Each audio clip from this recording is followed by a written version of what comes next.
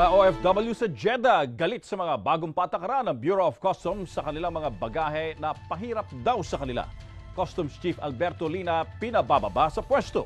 Mula Jeddah may balitang global si Charles Tabu.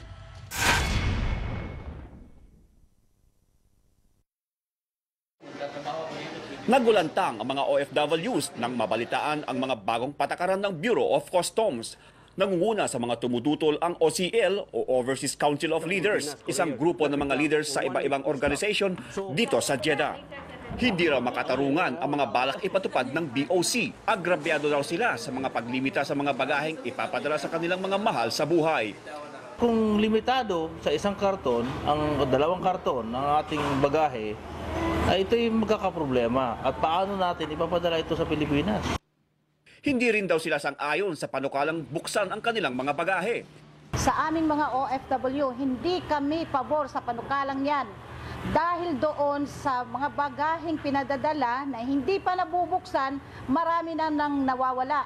Paano na yung bubuksan pa? Anong ang kasiguraduhan namin? Hindi man lang daw sila tinimbrihan ng bagong ipatupad ang patakaran.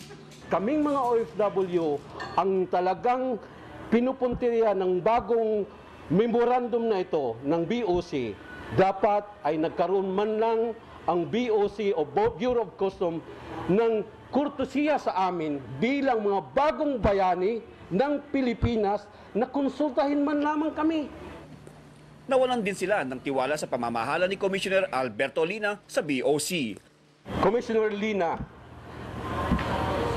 nagpapasalamat kami at tinutulungan mo ang pamahalaan para kumulikta ng buwis at para mapatakbo ang makinarya ng gobyerno.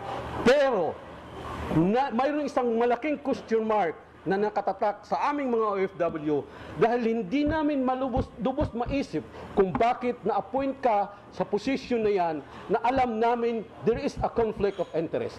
Tingnan mo ang negosyo mo sa BOC.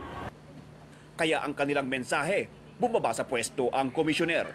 If you have the integrity and transparency and you still have that love for our country, you better resign now. Hindi raw sila titigil hanggat hindi mabigyan ng solusyon ang isyung ito. Charles Tabu, ABS-CBN News, Jeddah.